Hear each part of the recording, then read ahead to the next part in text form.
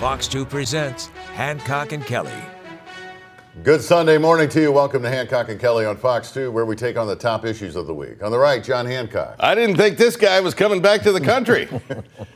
Straight back from Italy on the left, Michael Kelly. Property's too expensive. Welcome home, brother. I'm Andy Banker. On the agenda, voters passed Amendment 3, lifting Missouri's abortion ban, but there are new battles brewing now. Back in August, Democrat St. Louis County Prosecutor Wesley Bell asked a judge for the immediate ouster of a Republican county council member. 3 months later, Bell has changed his mind. Also, Illinois Governor J.B. Pritzker's in-your-face message for President-elect Donald Trump on the so-called EV mandate. And our quote of the week is from Missouri's Governor-elect Mike Kehoe. Will he let the Kansas City Chiefs move out of Missouri? Plus, Donald Trump's evolving cabinet collage, President Biden's escalation of the Russia-Ukraine war, and a woman makes history in the Missouri Senate. We begin with Missouri's new abortion battle. It's been nearly 3 weeks since voters lifted the state's total ban by approving Amendment 3, which has no limits on abortions. Abortion opponents say voters really didn't want that either. They want to see limits on abortion that doesn't allow abortion on demand, that doesn't allow taxpayer funding for abortion. And sadly, Amendment 3 allows all those things. New front lines in the battle are taking shape over contraception and banning abortions after the point of fetal viability, currently around 23 weeks of pregnancy. The Missouri Family Health Council reports a huge spike in requests for emergency morning after contraception kits from about 15 a day. Now it's up to about 100 a day, the request for those kits. The council's director believes the spike is not in response to Amendment 3, but sweeping election wins for Republicans who vow to limit or even undo Amendment 3. The fight's not over, John. Where do you see it shifting now? Well, it's kind of a flashback in time to when Roe v. Wade passed in 1973. What you saw states do is to begin placing restrictions on access to abortion, particularly late in the term. You saw states enacting parental consent laws that minors could not get an abortion without parental consent. I think you're going to see a lot of those things now. And regrettably, because this is in the state constitution, Amendment 3, we're going to see attempts to amend the state constitution to begin to limit the abortion on demand culture. That's not where Missouri voters really are. And I think over time, the abortion laws in this state are going to reflect where public opinion really is. So he's kind of echoing Senator Hawley. Are they right? I mean, did voters want abortion rights, but maybe not wide open? We know no exactly where the voters are. They just passed it overwhelmingly. And I think the Republicans, to their detriment, are going to try to go back and roll back many, if not all, of the provisions that were passed here that they can do.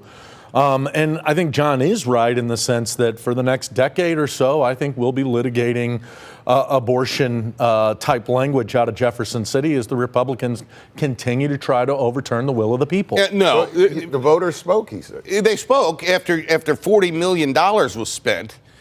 You know, if people take some time and reflect on their position, most people in this country, let alone in the state of Missouri, which is conservative, most people don't believe abortion should be a form of birth control.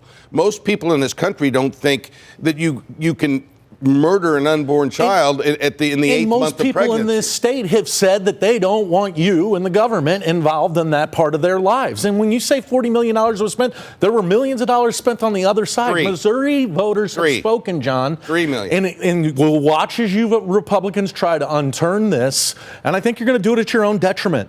A majority of the voters are going to favor reasonable restrictions on abortion.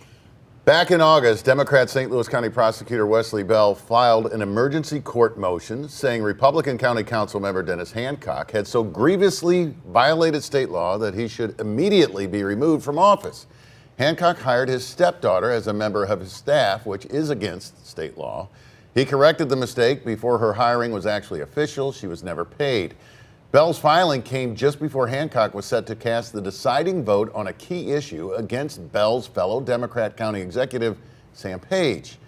A judge intervened and allowed Hancock to remain on the council as the two sides argued the case in court. Now, 3 months later, Bell has been elected to Congress, and just 3 days ago, he dropped the case against Hancock. Michael Kelly, does this pass your sniff test? This whole thing is a blender of complete nonsense and craziness. First of all, Dennis Hancock didn't read the Constitution, that you can't hire your own relatives.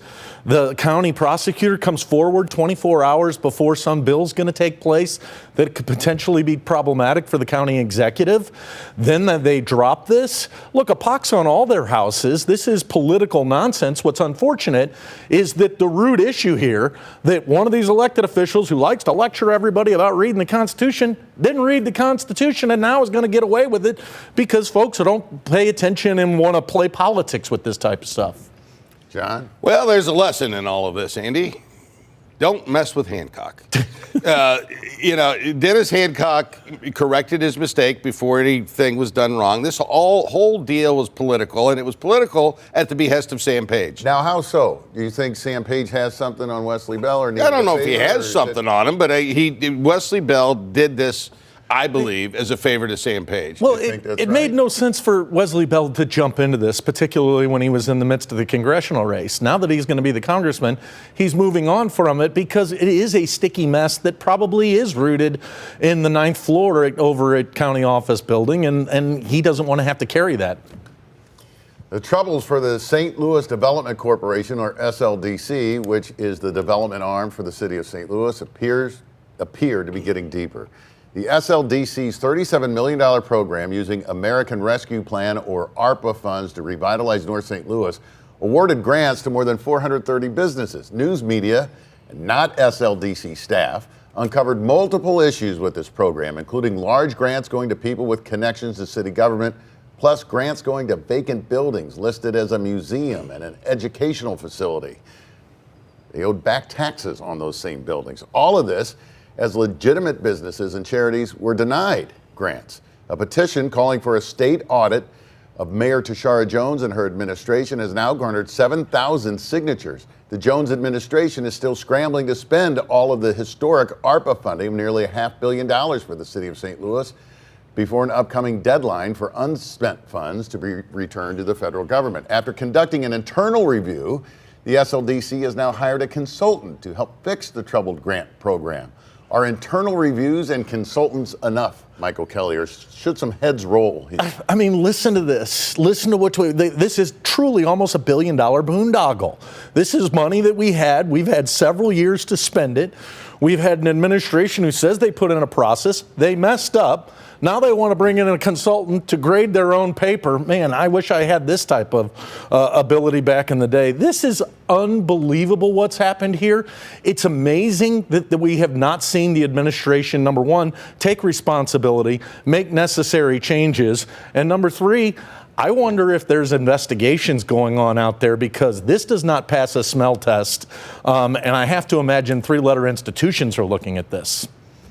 What do you think? Where's the state auditor? I mean, it was a few weeks ago, maybe a month or more ago, that we had a state rep take this issue. Right. Steve Butts from South St. Louis. Right.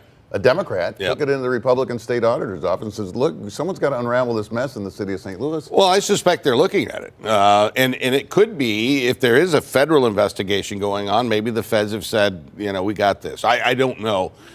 What I do know is that there's three people that could have done this program so much better, and that would be Mo, Larry, and Curly. This thing is a disaster, and it's likely corrupt, and it's in likelihood should roll and probably will. And it's coming from an administration that's saying, please give us more responsibility, whether it be through reparations and some of these other things that they're trying to bring forward of we can solve this. Andy, this was free money. They can't hand it out. They're even admitting that their own process stunk, so they have to hire an outside consultant. Goodness gracious, what a boondoggle. Democrat Illinois Governor J.B. Pritzker has a message for Republican President-elect Donald Trump about electric vehicles, or EVs. Pritzker christened the newest state-funded EV charging station in Joliet. Dozens more are either planned or up and running on the Illinois side of the St. Louis area. Pritzker pledges to have a charging station available every 50 miles along Illinois highways, with 2,000 more coming over the next year and a half. The state is expecting $148 million in federal infrastructure funds for charging stations over 5 years. Johnny says the EV network is going to grow. regardless of Donald Trump's pledge to end the EV mandate on day one of his presidency. Yeah, whatever. This is a guy that doesn't have two nickels to rub together. Illinois' budget is a disaster, and he could build these things if he wants to. I don't know how they're going to pay for it because I don't think the federal money's going to be there ultimately. But he's the governor. He's got the legislature. Is this wasting money on what Trump calls the Green New scam? J.V. Pritzker doesn't have two nickels to run together. The man's literally a billionaire. The state of Illinois, big boy. Look, this isn't the first time that we see states lead on pushing an agenda back against the federal government, whether it be seatbelts, airbags, fuel efficiency, and now EV chargers. It's come from the states. We had an administration that was supportive of it. We had the Trump administration who's hostile to it.